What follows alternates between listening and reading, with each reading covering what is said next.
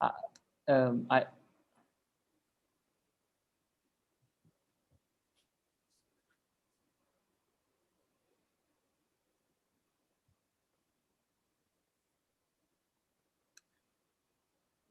Are we live? Yes. All right. So welcome, everyone. Today we have the honor of hosting Dr. Xin Fan as the second speaker of our webinar 2021. Dr. Xin Fan is a historian of modern China with a strong interest in world history. In his works, he's fascinated by three general issues in historiography and intellectual history in a world historical context. What is the relationship between past and present in a modern society? What is the relationship between foreign knowledge and indigenous intellectual tradition in a country where nationalism increasingly plays a dominant role in shaping its political consciousness? And how have cultural, social, and political conditions affected the production of knowledge in a non-Western society such as China during the 20th century? With these questions in mind, Dr. Xin Fan has developed a broad interest in issues of knowledge production, which includes the sociology of knowledge, post-colonial theory, and recent developments in world and global history. Most recently, that is last year, February last year, Dr. Xin Fan published his book titled World History and National Identity in China, the 20th Century with Cambridge University Press. Please help us welcome Dr. Xin Fan today. The floor is yours. Thank you very much, Dr. Singh, for the kind introduction. So today I'm very honored to have this opportunity to talk to scholars from India and Africa to have this exciting opportunity. And the topic of my presentation today is international law as historical analogy. And I'm going to focus on this issue of semi-colonialism. And in it, I'm looking at this nuanced understanding of a feeling in the semi-colonial world. So I'm going to look at the transition from this sort of a semi-colonial confusion, ambiguity, to nationalistic assertion in the discourse of international law in China over the course of the 20th century. In the beginning of the talk, let me just introduce my work briefly. So as Dr. Singh has already mentioned, I'm a historian of modern China, but I'm also strongly interested in global and world history. And in the past few years, I published a few things. One is a collaborative work. I worked with a professor in Germany, and together we edited a volume on receptions of Greek and Roman antiquity in East Asia. So this is a global effort. More than 20 professors and scholars participated in the process from West Europe, East Asia, and North America. It took us 5 years to complete it. So that's the one aspect of my research, reception studies.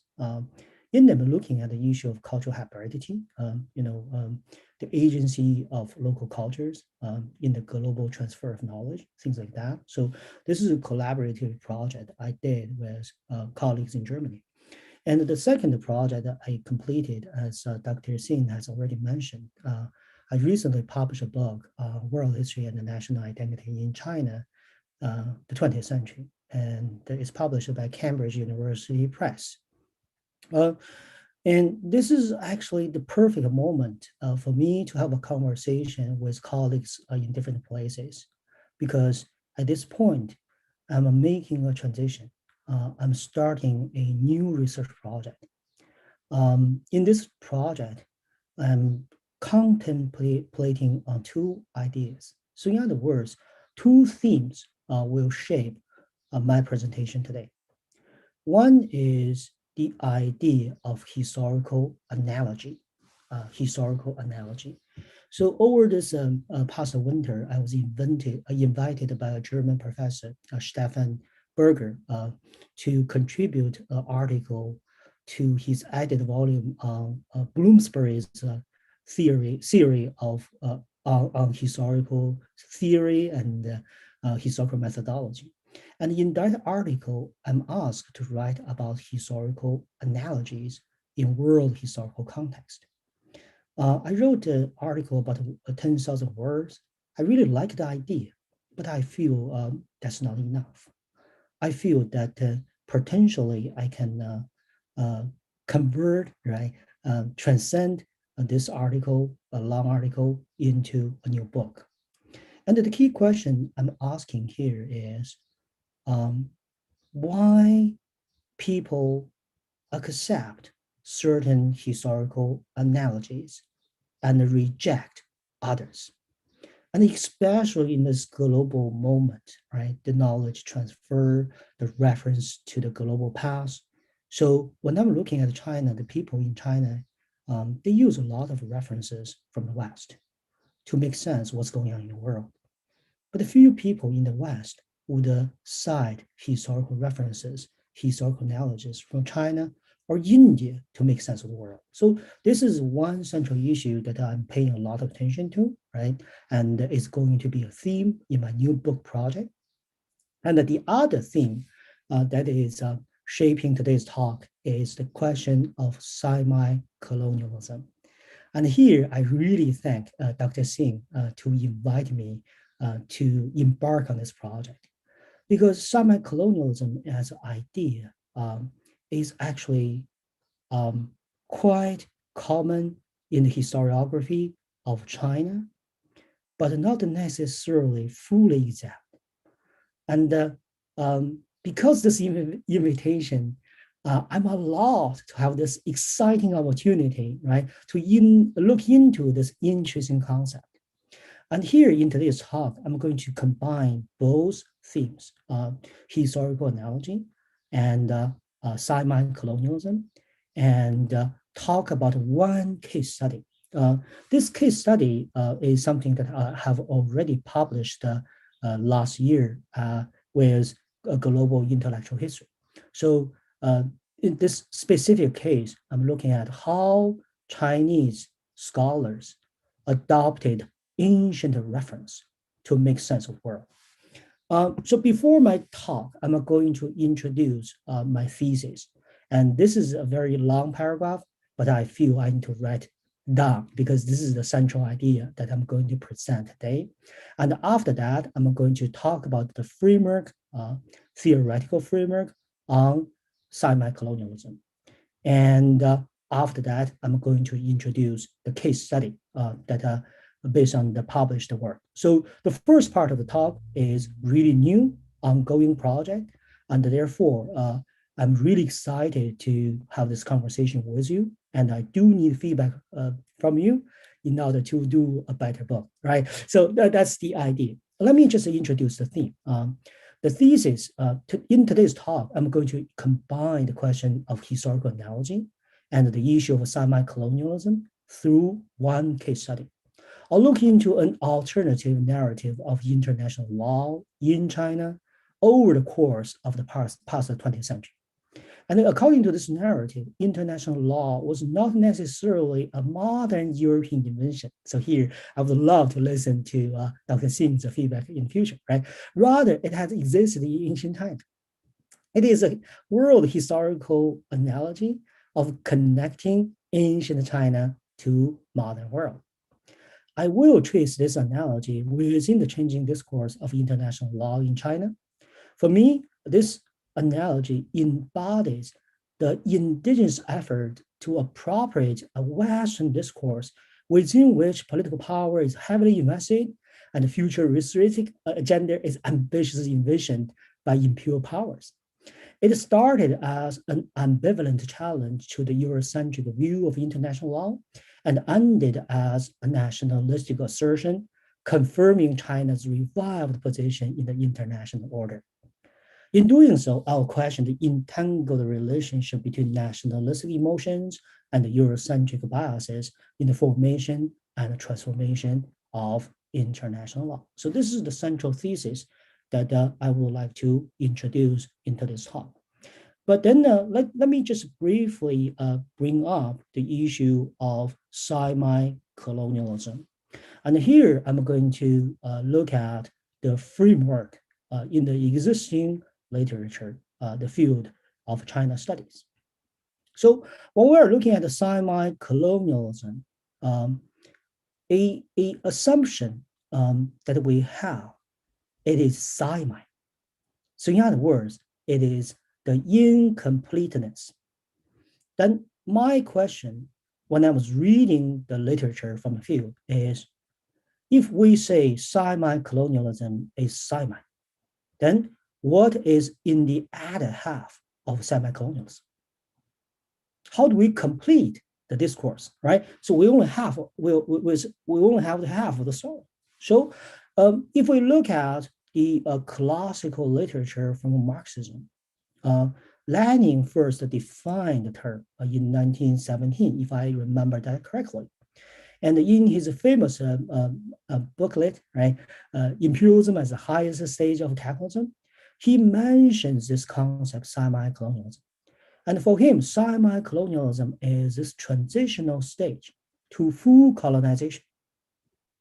And this concept was introduced into China by Chinese Marxists and Communist International. But in China, people had that question. What's in the other half of semi-colonialism? The communist leaders and veterans of the revolution, they adopted semi-feudalism to complement the story. So China is a semi-colonial, semi-feudal society. And this is the foundation of the literature we have today. So semi-colonialism and the semi-feudalism. But the problem here is feudalism, because feudalism was a concept that was deeply rooted in European historiography, and it was introduced into China. The question here is, does it really apply to the reality and the history of China? And on that issue, in my newly published book, I talked about the debates among Chinese historians, and they're not sure, because this is really confusing when you apply feudalism to the history of China. Did China ever, right, have a feudal relationship in the past? And when was China's feudal society? So there was lots of debates on the issue. But my book points out that by the 1980s, the Chinese scholars gradually lost interest in this idea of feudalism.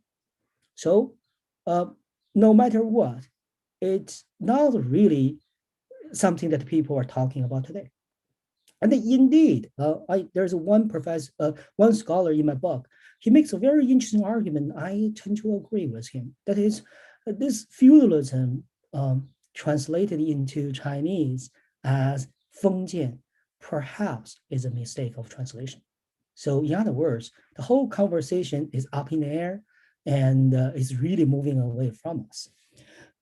In that case, when we're looking at semi-colonialism, we're really looking for new insights.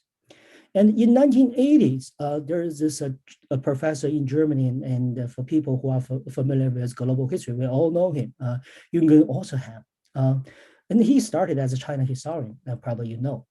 In the 1980s, he published IC. It's not a very long article, but that article makes an interesting argument. That is, he explains that the other half of semi-colonialism is informal imperialism. And basically the argument is imperialism or colonialism never fully achieved full control in China. And in many cases, imperial powers needed ad hoc local collaboration. And so in that case, there's a local agency that has to be recognized in the case of China. And we really have to understand imperialism or colonialism in China was in the state of incomplete. Well, this is really inspiring during the time, 1980s. But when we're looking at this issue from the literature of colonial studies and post-colonial studies, we wonder whether or not colonialism ever achieved full control. in any places. So in that case, this sort of incomplete control, what do you mean? And on the other hand, the term informal empire is being used in other occasions these days, especially when we're referring to Portuguese Empire, Spanish Empire. It's not the sort of empire we're looking at by the end of the 19th century. So in that case, I feel this is inspiring, but not necessarily something that we should adopt. And recently, a group of scholars who introduced colonial modernity to China studies. And for these scholars, like James Javier, like Tani Barlow, these scholars argue pretty much colonial modernity is the essence of that semi-colonial process. So in other words, this semi-colonial stage in Chinese history is a transition stage that China is moving towards global modernity. And to the extremity, Professor Rebecca Carl, in her new book in 2017 or 18, around that time, and she makes an even stronger case saying there's no real difference between colonialism and modernity, because all modernity is colonial. So I really like this idea, and this is specifically moving China from this very local nationalistic perspective towards a global conversation. But at the same time, the local aspects and the local characteristics have to be recognized. And in a recent book by Professor Anne Reinhardt, she looks into the shipping enterprises in Republican China. And she looks into this process and historicize the semi-colonial stage, where the local businesses, nationalistic governments, and foreign capitals collaborated with each other, created this sort of industrial enterprises in China. So in that case, the literature you can see is going twofold. One is pointing to the global situation of modernity. And the other branch is pointing to the local unique aspect of historical experience. And what's in between? I guess that's my question I'm asking. So I'm trained as a historian of intellectual history. And in the past, I'm heavily influenced by post-colonial theories. And when I was studying at Indiana University, one of my professors was Professor Michael Dawson, who's an Indian historian, and he's a student of Chris Bailey. So I'm heavily influenced by post-colonial literature. And in that case, I'm proposing a new way to look at semi-colonialism.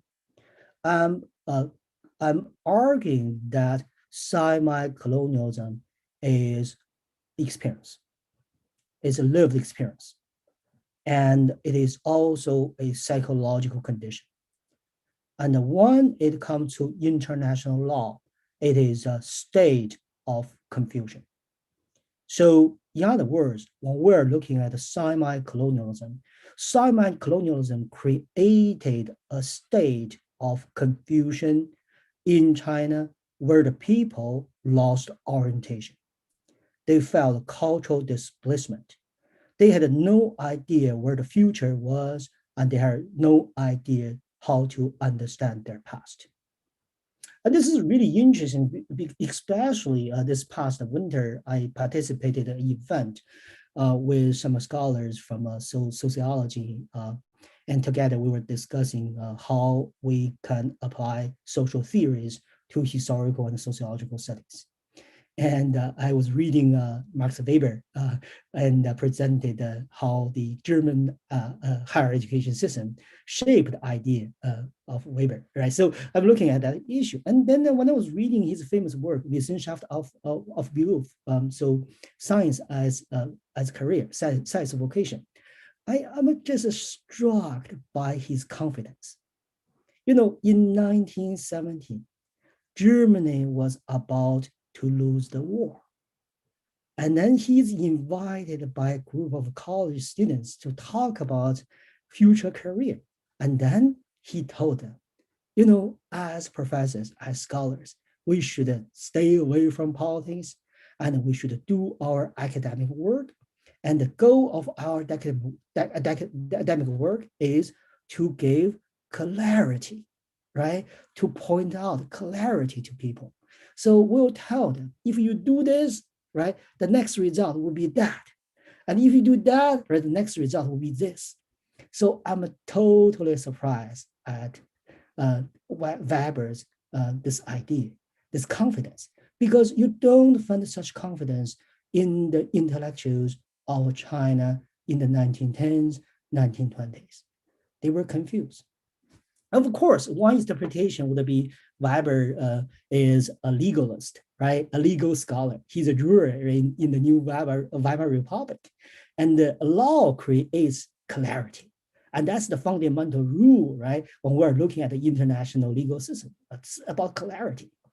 But when we are looking at this very nature, right, clarity, and when we look at the most powerful effort to create clarity through international law, we can see law, especially law that was introduced from the West, did not create clarity. It created confusion, right, in semi-colonial China. So that is the central argument I'm going to make. And this is my effort to have this intervention with the scholarship. So here, I'm going to give you one example. So in about 1914, I would say, the second year or the third year of China's new republic. So China had a revolution in 1911, and then China became a republic in 1912. And 2 years later, there was this student who published a book in Japan.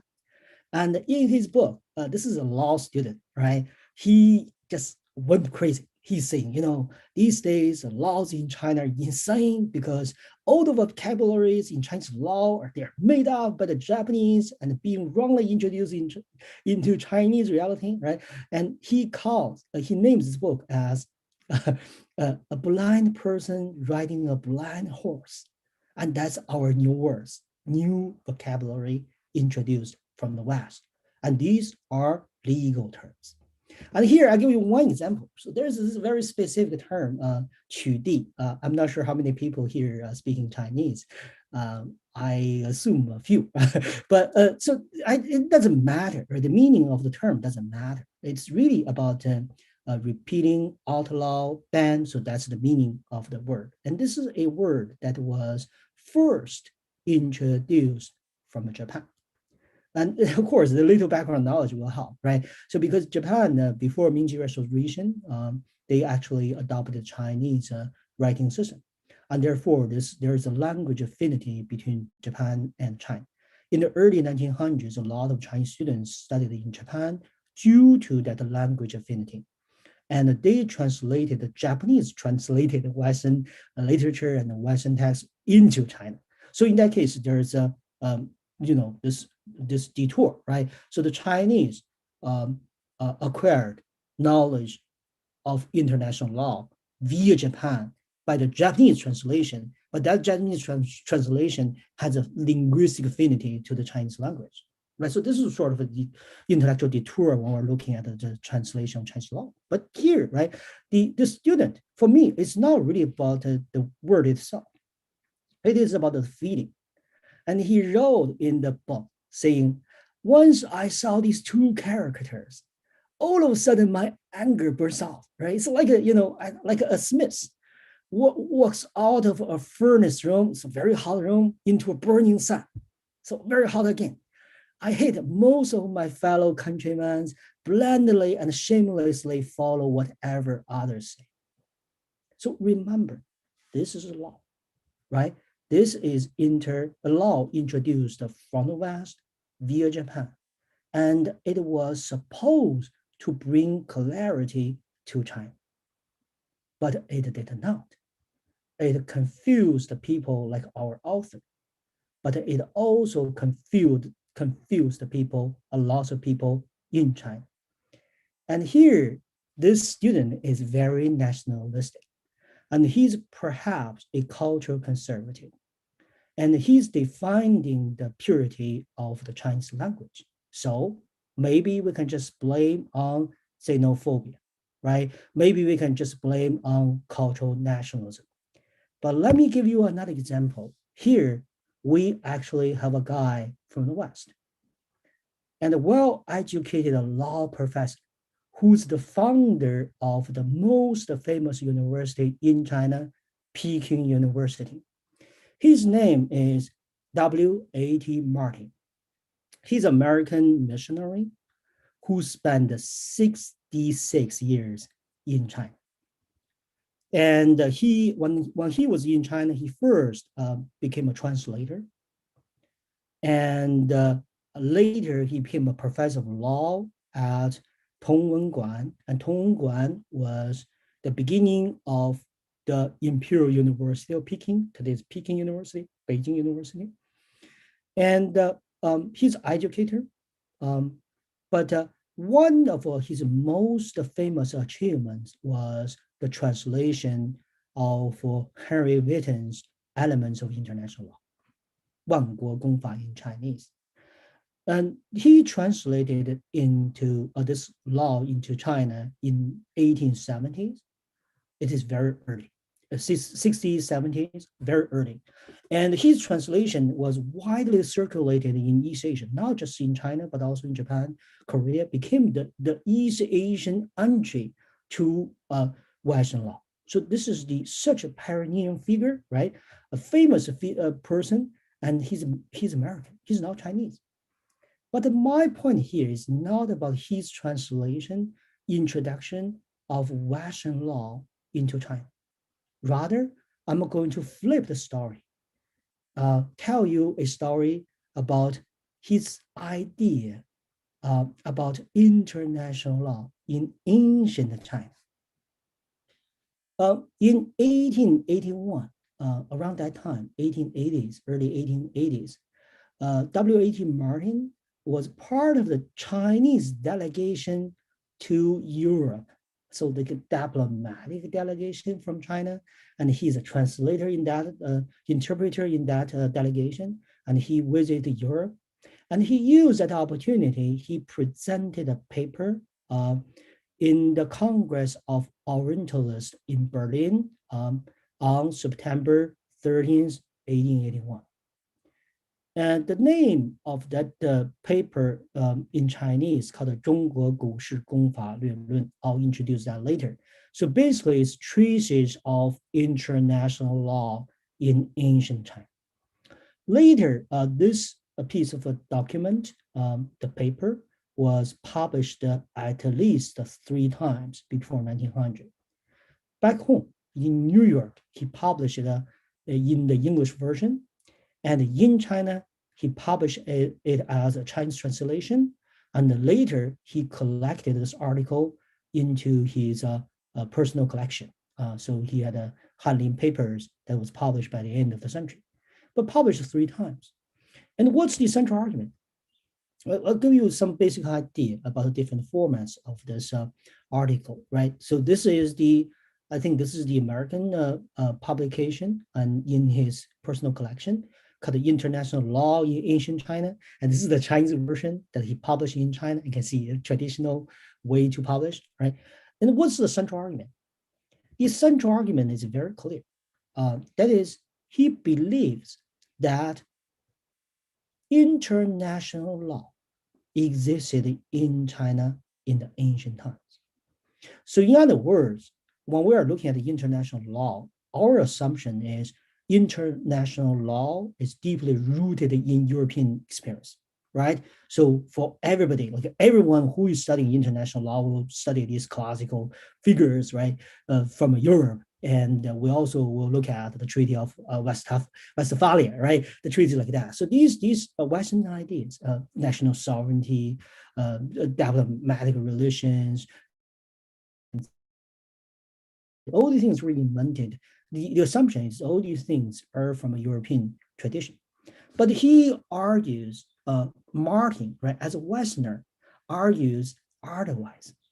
he argues, if you go back in Chinese history, let's say 500 years BC, and you will find the situation in China which is very similar to today's Europe. So we're looking at the end of 19th century Europe. So we're looking at the fragmentation of politics, and we're looking at territorial states, and we're looking at diplomatic relations among these territorial states, and we're looking at the doctrines on international warfare and the doctrines on international diplomacy, things like that.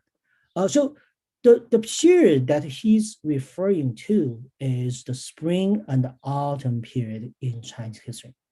So this is a time when China had a symbolic dynasty. So suppose there was this ruler located here called Zhou, but in reality, there are many, many small feudal states who gradually grow into territorial states, and they were competing against each other, and they were fighting, they were negotiating. So that is sort of the so-called international situation in ancient China. So this is the example that I'm pointing out, right? The idea was first introduced by a Western missionary, American missionary. But later, so here, when we're talking about the state of confusion and in semi-colonial China, so here, let's talk about confusion. The confusion is who invented what, and whether or not there is the issue of originality, and whether or not there is a plagiarism. So I'm doing some research. I was doing some research in the past, and I was looking into this person, He Bingsong. His English name is P.S. Ho. He's a famous world historian in China. And later he would become an educator. He served as a principal at several famous universities in China. He died early, but he was an important individual in Chinese intellectual history. So my book talks about him a little bit. But in 1916, he at that time was a student, graduate student, studying at Princeton University in the United States. And he published an article in the Chinese Students Monthly, which is the newspaper that was organized and edited by the Chinese students overseas. And that article is called International Law and the Customs of Ancient China in Time of Peace. Does the name sound a little bit familiar to you? And then later, he would publish the same article in Chinese twice. Same article, right, twice in different journals. So you'll figure that out, right? If you do that today, I'm not sure what will happen to you. But the thing here is, if we compare the article that he published in the Chinese Students Monthly, I cannot go into the details. There's so much information.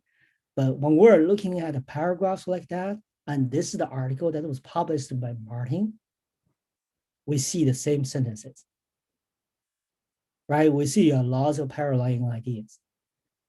So here, I guess my question is, how do we understand this? Is this copying? Is this plagiarism? Probably it is, right? Probably it is. But then when I was talking to my colleagues in China and also try to make sense this in the context of intellectual history of China, I'm not sure anymore, because the idea of originality, I'm not sure how much this applies to this situation. Because this idea of originality came from this European idea that was deeply rooted in this sort of understanding of time, where time is a linear and teleological process. And who invented this first and who would have it all, right? So that's the idea. And of course, we also look at this issue as China there was emerging modern academic profession in China, right? So emerging, it is still the process of information. So whether or not this is plagiarism, I'm not sure. We could call that plagiarism according to today's perspective. Maybe you're right. But at the same time, when we're looking back at Martin's article, if we look into it carefully, he also acknowledges that he was influenced by his friends, Chinese friends.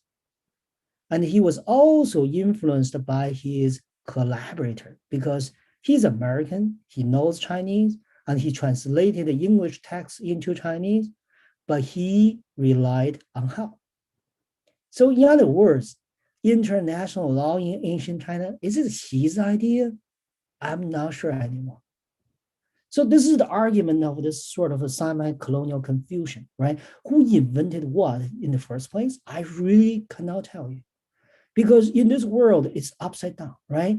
All the existing regulations, ideas, laws, principles stopped to apply to it because this confusion sense of temporality and this displacement of sense of geography. I guess when we're, so this is the issue of plagiarism, but when we place this idea of international law existed in ancient China, and when we go through the literature of international law written in Chinese in the past 100 years, we see so many examples, so many cases where the authors adopted the same idea. This is in Chinese, so I apologize for that, but basically the same idea. So all these documents, basically the same idea. International law exists in ancient China. And I just want you, I'm inviting you to see the year, right? 1899, 1911, early 1910s, 1924, 1926, 1931, 1931, 1933. So you can see, right, how much this is echoing, repeating, right, in the discourse of international law in China. And of course, this brings us to today. If we say in the early hundreds or late 19th century, people in China, they were confused about the international law. And they were not sure whether or not international law existed in ancient time. Even the Westerners were part of the game. They were confused too, confused as well. But if we look at today, it seems that by the end of the 20th century, at the opening of the 21st century, the Chinese intellectuals, international relations scholars, become confident again. And here I see the similarity and maybe solidarity among them with Max Weber. So here I give you one example that was published by a famous international relations theorist in China, Yan Xuetong. But this is not about him, right? Remember, I'm not really criticizing him. This is really the phenomenon we're looking at. In an article that he published, I think in New York Times or in one of his books, he made an assertion. Morality can play a key role in shaping international competition between political powers and separating the winners from the losers. So this is we know, right? This is a realistic understanding of international relations. But then the next part is interesting. I came to this conclusion from studying ancient Chinese political theories like Guanzi, Confucius, Xunzi, and Mencius. They were writing in the pre-Qin period, before China was united as an empire more than 2,000 years ago. That's exactly what Martin was writing about, right? A world in which small countries were competing ruthlessly for territorial advantage. The fragmentation of the pre-Qin era resembles the global divisions of our times. Does it sound familiar to you? the prescriptions provided by political theorists from that era are directly relevant today. Namely, that the states relying on military or economic power without concern for morally informed leadership are born to fail. So I guess here I'm going to stop my presentation. I think the contemporary issues are not necessarily my concern because I'm a historian by training, and international politics, international relations are not in my expertise. But I would really like to point out this intellectual lineage that was deeply rooted in the semi-colonial reality in China at the turn of the 20th century. So I guess when we're looking at these powerful discourses from the West, I think there's one thing that maybe we can find similarities in China, in India, and other places. That is our long historical experience, right? So, in what way can we adopt our historical experiences to construct or reconstruct a meaningful, at least a dialogue, right, in international relations and international theories? So that's something that potentially I feel there's lots of collaboration. Scholars from India and China and Africa could work on together. So that is I guess the suggestion I'm going to make by the end of the presentation. So it's about 40 minutes. I think I've done my job.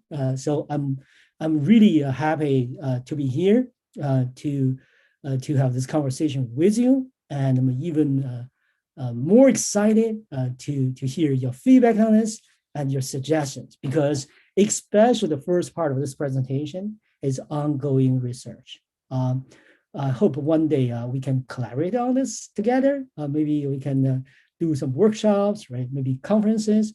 But at the same time, I really want to benefit from this presentation. So I'm looking forward to your questions and comments. Thank you. Thank you, Professor Xin-Fan, for this wonderful presentation.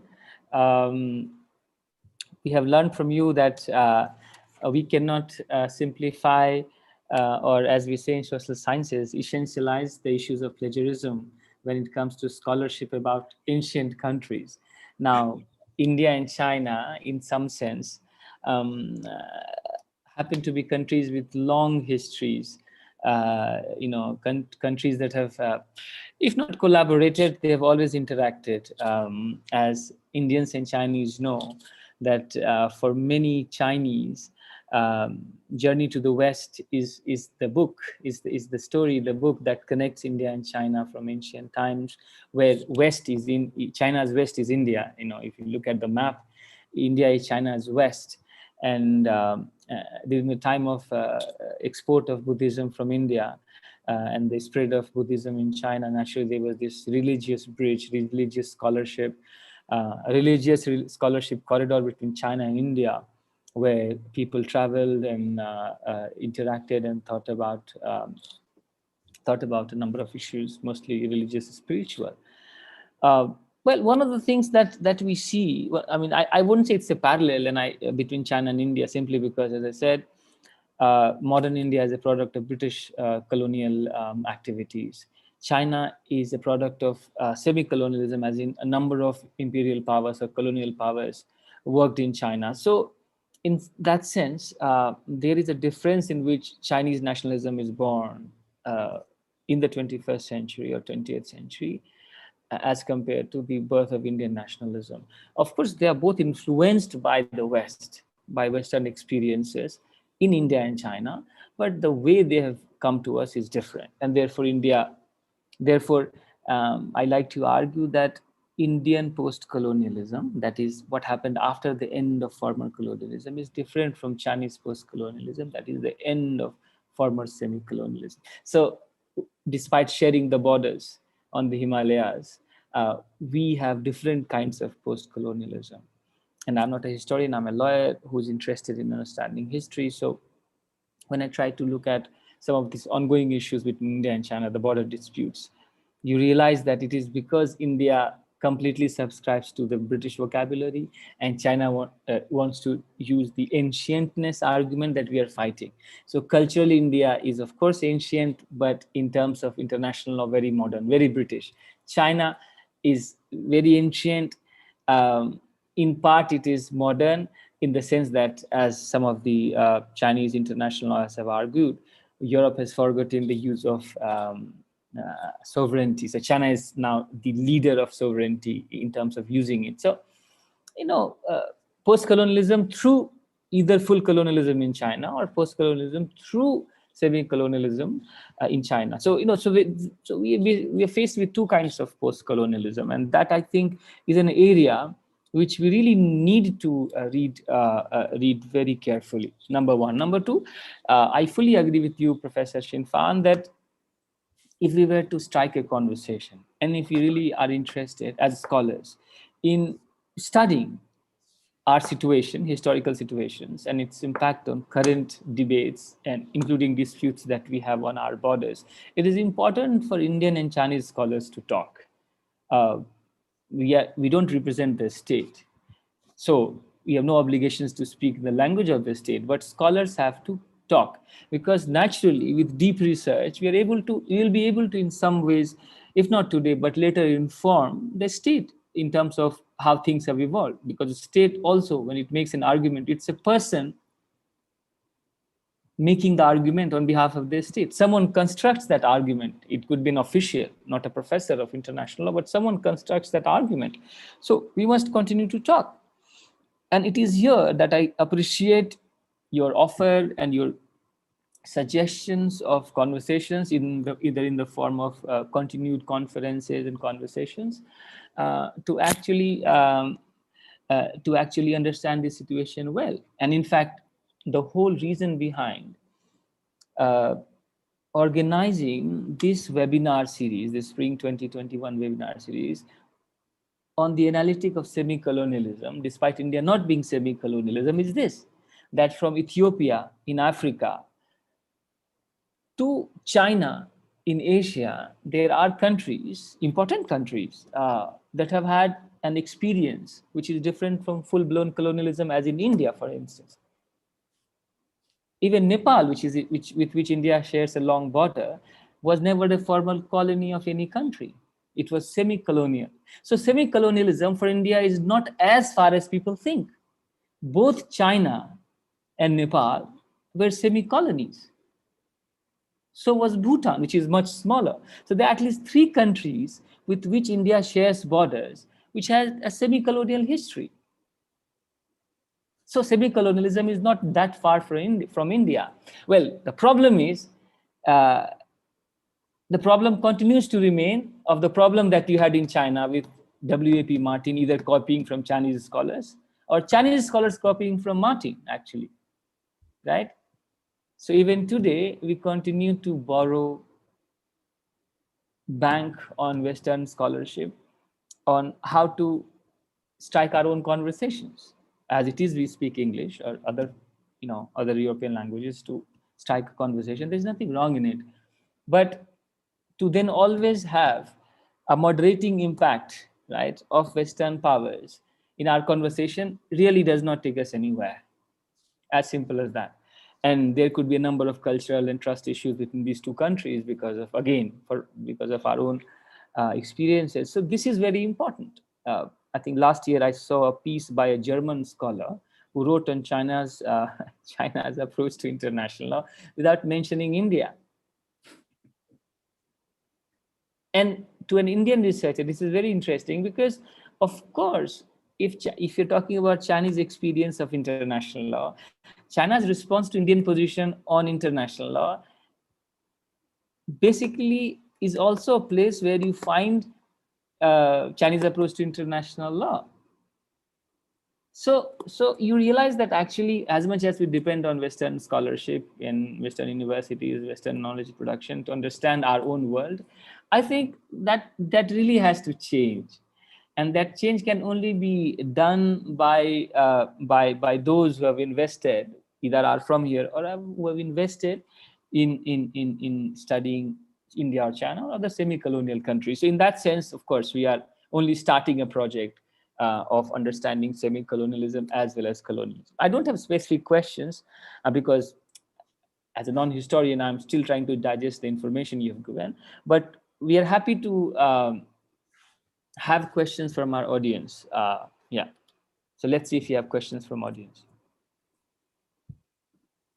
Can I quickly respond to your comments? Please go ahead. So first of all, thank you very much for these meaningful and very insightful comments. I really appreciate. So I absolutely agree with you that scholars from China, scholars from India, scholars from Ethiopia, from different parts of the world, we should talk. We should have a conversation. We should understand each another. So this is absolutely the key. And I also agree with you that is in the world we're dealing with colonial, post-colonial, semi-colonial legacies. There's certain concepts, ideas, linguistic structures, theoretical framework works, theoretical framework works.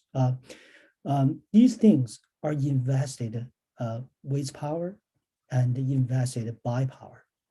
And it is particularly meaningful for a project like what you're doing here, right? Try to analyze semi-colonialism from different parts of the world. So I really think this is a very meaningful enterprise. I hope that one day more scholars could embark on the journal with you, right? To have this very exciting and meaningful global conversation. I also feel your comment about the post-colonial reality or post-colonial coloniality very interesting, because for me, I do see post-colonial as a epistemological structure, right? A theoretical framework. So in other words, can we say theoretical frameworks are different because of the local realities, right? So that's something that you make me think, right? I did not have an answer to the question, but this will be something that I will be digesting for a while. Thanks. No, thanks for bringing that word epistemology in the conversation. Now, you see what happens is among our colleagues in India, there are some of my colleagues who are baffled when you use the word epistemology, saying, where do you find this word in international law? Well, of course, if you take international law as it is, as a very doctrinal subject, which lives in customs that you have to find, or treaties, then of course epistemology is not a word you're going to encounter. But if you're looking at international law as a site of knowledge production, naturally you are going to question the process by which we arrive at what we call international law in our respective countries. Mm-hmm. For instance, as you explained, if you really look at, if you reverse engineer the making of international law argument in 1910s and 1920s in China, it was a product of double translation. Russian ideas coming to Japan around the time Japan defeated Russia in 1905. So for the first time, the Asian power defeated a Western power. So in such kind of defeats, you enrich both sides. So you've the Russian knowledge of international law filtering into Japan, and then Japan being the Asian colonial power, naturally Chinese are now going to Japan to study, and they are learning international law from Japanese scholars. So this is a case of double translation, and they come back and they see, just as India inherits international law from Britain, modern international law, so to speak. But what is the impact of that inheritance? When you have such an inheritance, you think that a better knowledge is coming from outside, you have to import better knowledge. Your first reaction is to create an antibody to that, saying, well, of course we are receiving it today, but remember, in ancient China or in ancient India, we had international law. And for any country that is as old as India or China, you're going to find books, either Confucius in China or Arthashastra in India. You're going to find a number of books which are, before the birth of Christ, which have talked about political organization, trying to duplicate or trying, looking like the modern state, statecraft, kingship, and stuff like that. You're going to find that knowledge. So what I'm trying to say is that the moment Indians and Chinese make arguments about having international law in ancient times is actually a response to the fact that our understanding of international law depends upon what we have imported from foreign lands, either through semi-colonialism or full colonialism. And my final argument is, and the way we use them today, so the way in which history is present as we speak, depends upon how we received it. Double translation, like in the case of China, Russian to Japanese, Japanese to Chinese, or single translation, English and India, and we received it in English, right? So that really actually impacts the way we receive international law. Okay, so we have, with that, we have two questions. First is by Anmol Pandey, who says, "Sir, why India and China are still influenced by Western philosophy of international law? Both India and China have a rich history of ancient international law." So I just answered that question, Anmol. So maybe we'll move to the next question from Han, Yingyin Han. "Hello, Professor Fan. Thank you so much for the excellent presentation. This is more a comment than a question. I am from Library and Information Sciences and a young Chinese doctoral student who is now studying at UC. I'm seeing more scholars in my field in US discussing decolonization in terms of information organization and dissemination, and learn from indigenous ways of thinking. But a Chinese who are not trained in the US, I always feel a bit confused that how current discussions on decolonization in the Western context can contribute to the cases in modern China where is not in post-colonialism nowadays." So that's the question we have received. Yeah. Sir, there's also a raised hand. I'm not sure if Suji Sas has a question. Sujit has a question too. Maybe it's directly to you, not to everyone. So. Yeah, here there's a raised hand. Can you invite him? Sure. Or her? Yeah, please. Oh, yes. Hi, Sujit. Sorry, I didn't see it. Please speak. That's okay. Do you want to answer? I don't know if you want to take the questions first, Professor Fan. I would like to have your question first. Perfect. Okay. Here, let me just turn on my video. Sorry, it's pretty early here in Canada. Hi, Prabhakar. It's really nice to see you. Good to see you. Yes. Yeah, welcome. Professor Fan, thank you for the lovely presentation. I've been enjoying the series, so lots of keen insights that I'm learning.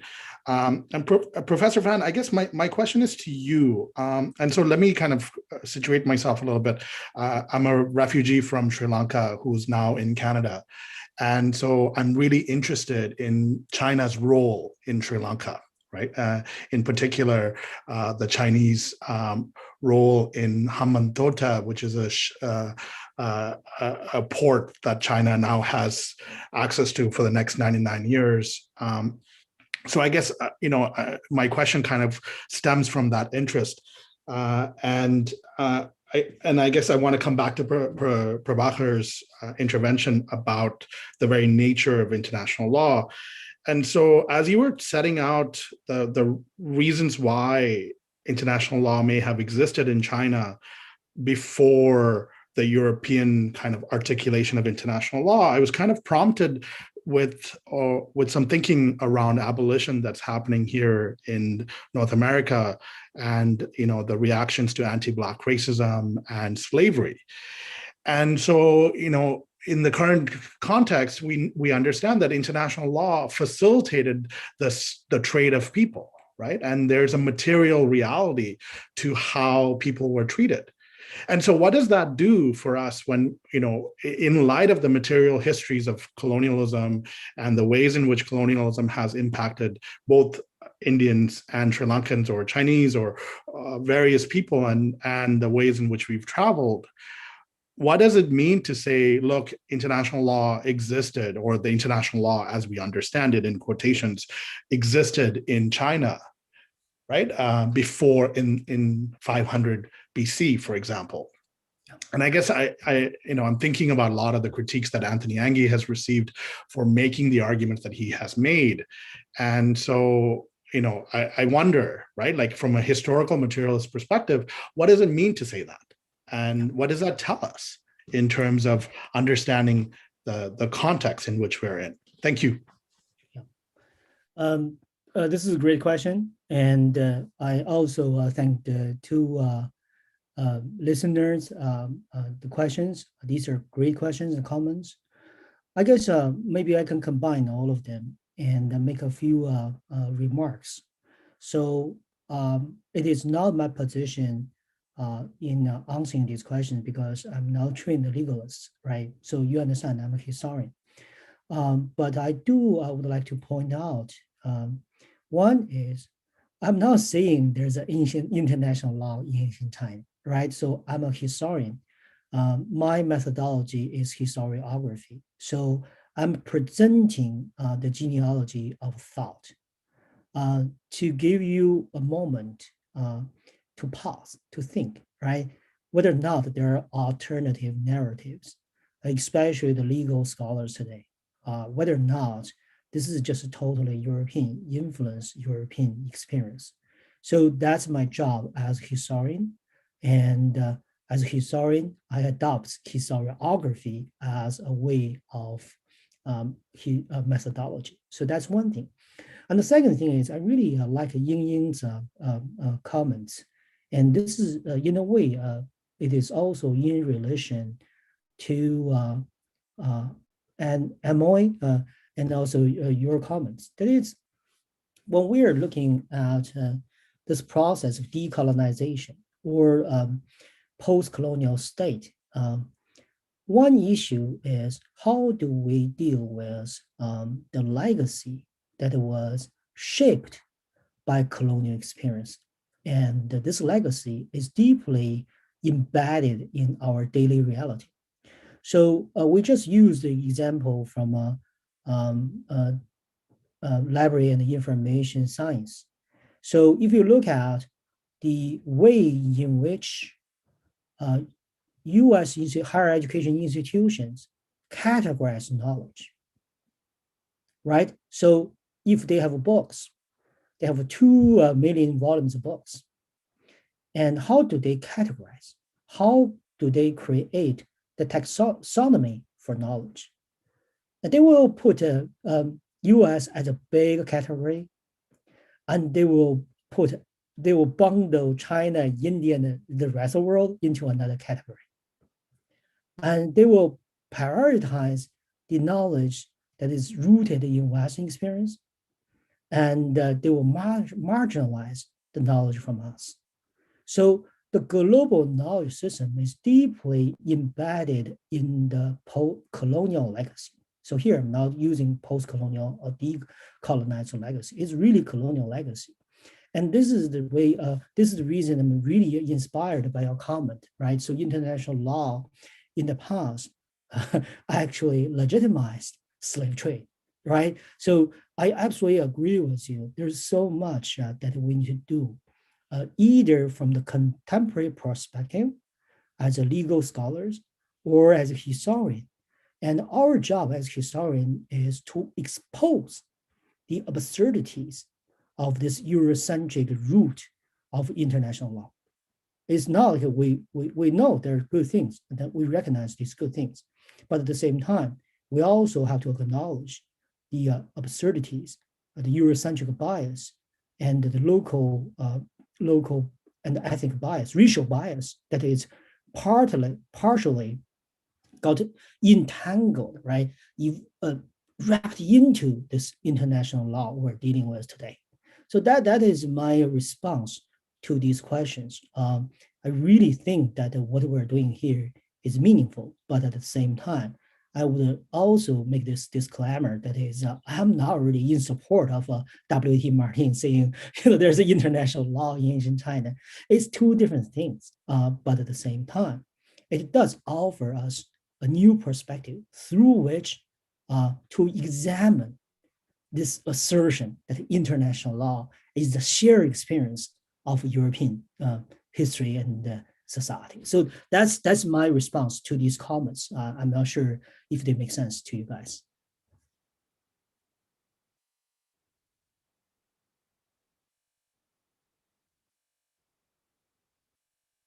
Thanks. Thank you very much. Do we have more questions?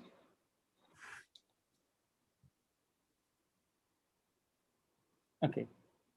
It's not so, okay. There are, let me see the two new messages. So there's a question here, and I'll read the question. Hello, Professor Fan.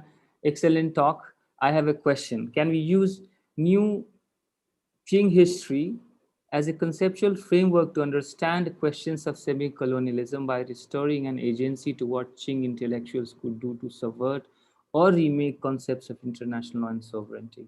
In other words, did Chinese intellectuals encounter Western modernity uncritically as they constantly sought to juxtapose their past with modern concept?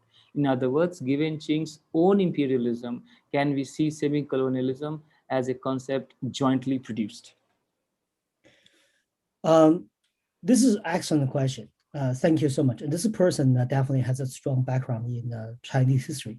This is probably an expert. So I really disclosed himself or herself. Okay. Yeah, very good. Excellent question. Thank you. And there are two, I would like to make two quick comments because there's so much we can talk about it. One is, let me introduce a new Qing history. This is a concept that probably is not familiar to many people in the room. So new Qing history, we know Qing dynasty, right? Qing dynasty is the last dynasty in imperial history of China. And the Qing dynasty is special because Qing dynasty is a conquest dynasty. It's like a Mongol empire in a way, right? So it's founded by the people who came from a northeastern part of China today. So Manchuria. Manchus came down, conquered China, established the Qing dynasty. And because that's a conquest dynasty, the Qing dynasty is not a nation state. Rather, is a multi-ethnic empire. And the foundation of this dynasty is double-faced, right? One is the Chinese political tradition, and two is the institutions, ideas that was introduced from Central Eurasia. So it is a very complex system.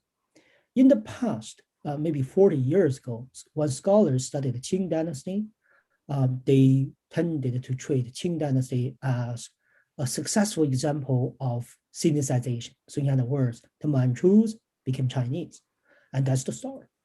But in recent years, the last few decades, historians started to introduce archives, documents that were written in Manchu language and Central Eurasian languages. And in that way, they have a new understanding of the nature of the Qing dynasty. Some people call that a colonial empire. Some people call that early modern state. And some people call that multi-layered empire. And some people celebrate the success of the Qing dynasty by saying this is a rather a success of inner Eurasian political tradition. So it's not necessarily the continuity in Chinese history. So this is a very interesting framework through which we can acquire new insights regarding the last dynasty in Chinese history. But it also serves as an example for us to look at not just China, but other parts of the world, right? How can we adopt new archives and take a different understanding of the nature of that political institution? And then I guess my question, my response to Asman's comment is, I think people have already done some really interesting work on this issue. So for example, there's a professor who's teaching at Michigan University of Michigan. He has already published a book on how China and Japan, Qing China and Japan, dealt with this treaty port system. That treaty port system is the infrastructure of semi-colonialism in China, right? So this is the political system that the Western powers enforced upon China, created. So basically, the Westerners came to China, opened treaty ports for foreign business, and they had political control in these foreign settlements, right? So that's the treaty port system. But the book, I don't remember exactly the title of the book. If you send me an email, I'll kind of share you the title of the book. So, but basically, that professor compares how Qing China and Mingji Japan responded and understood that treaty port system. So for Japan, it's unacceptable, right? Because it's a different political institution. But it seems that the Qing China actually handled that more understanding. And so it seems that Qing China understood that system and accept that system more willingly than Mingji Japan. And of course, it goes along with that new Qing history framework. So this is something people have already done. So I'm not going to repeat other people's work, but this is something that you really should look up to. So that's a really good book. I think it's par something. It's a Swedish scholar teaching in the U.S. I can send you the title of the book. To add to Dr. Xin Fan's comment, actually, I would say India has a similar situation where the Mughals, right, who were ethnically Mongols, came to India in medieval times and they Indianized, right? So it's exactly like the Manchus coming to China and establishing the Qing dynasty and becoming Chinese, right?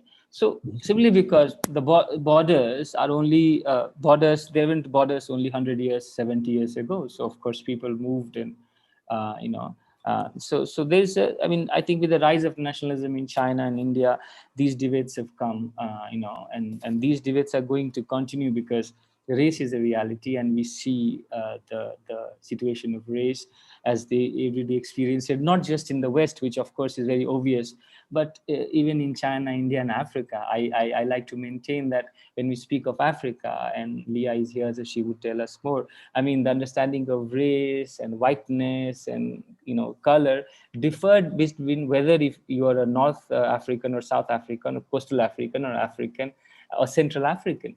So it is everywhere, except that the experiences of race is much more stark if you happen to be in the West, because because the whole history of how xenophobia against non-whites has worked in the establishment of modern states in America, North America, as well as Europe.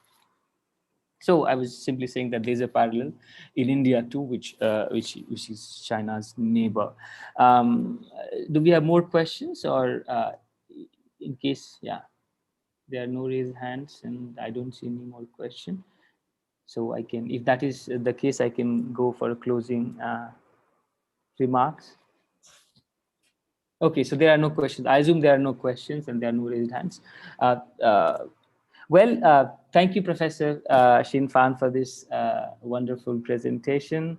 We're happy to have you speak through us, as you and I agree that this is an important step we are taking in establishing a dialogue amongst us. I really think that we really speak without being conscious of how the West receives us. One of the biggest impediment is the omnipresence of West as an epistemological category in wherever we go or wherever we look. This cannot be displaced easily. Perhaps it might never be displaced, but we must make an attempt to think without sort of thinking about how this is received in the West. Take today's example. This was a forum organized by India, Indian university and an African university. We had a Chinese scholar here, and our audience is primarily us. We are speaking to ourselves. Not that we can always measure our success by the traction we receive, but the point simply is who's interested in listening to us, who's interested in having a conversation with us is an important point. And I'm sure that if we continue on our path of sort of striking a conversation, if it grows and it'll grow organically, and it is the need of the time, we will have made an important contribution to this discourse globally. So with those words, I thank you very much, and we look forward to staying in touch. Thank you. Thank you very much, Dr. Singh. And so thank you very much for everybody to attend this event. I appreciate it. Bye-bye. Thank you.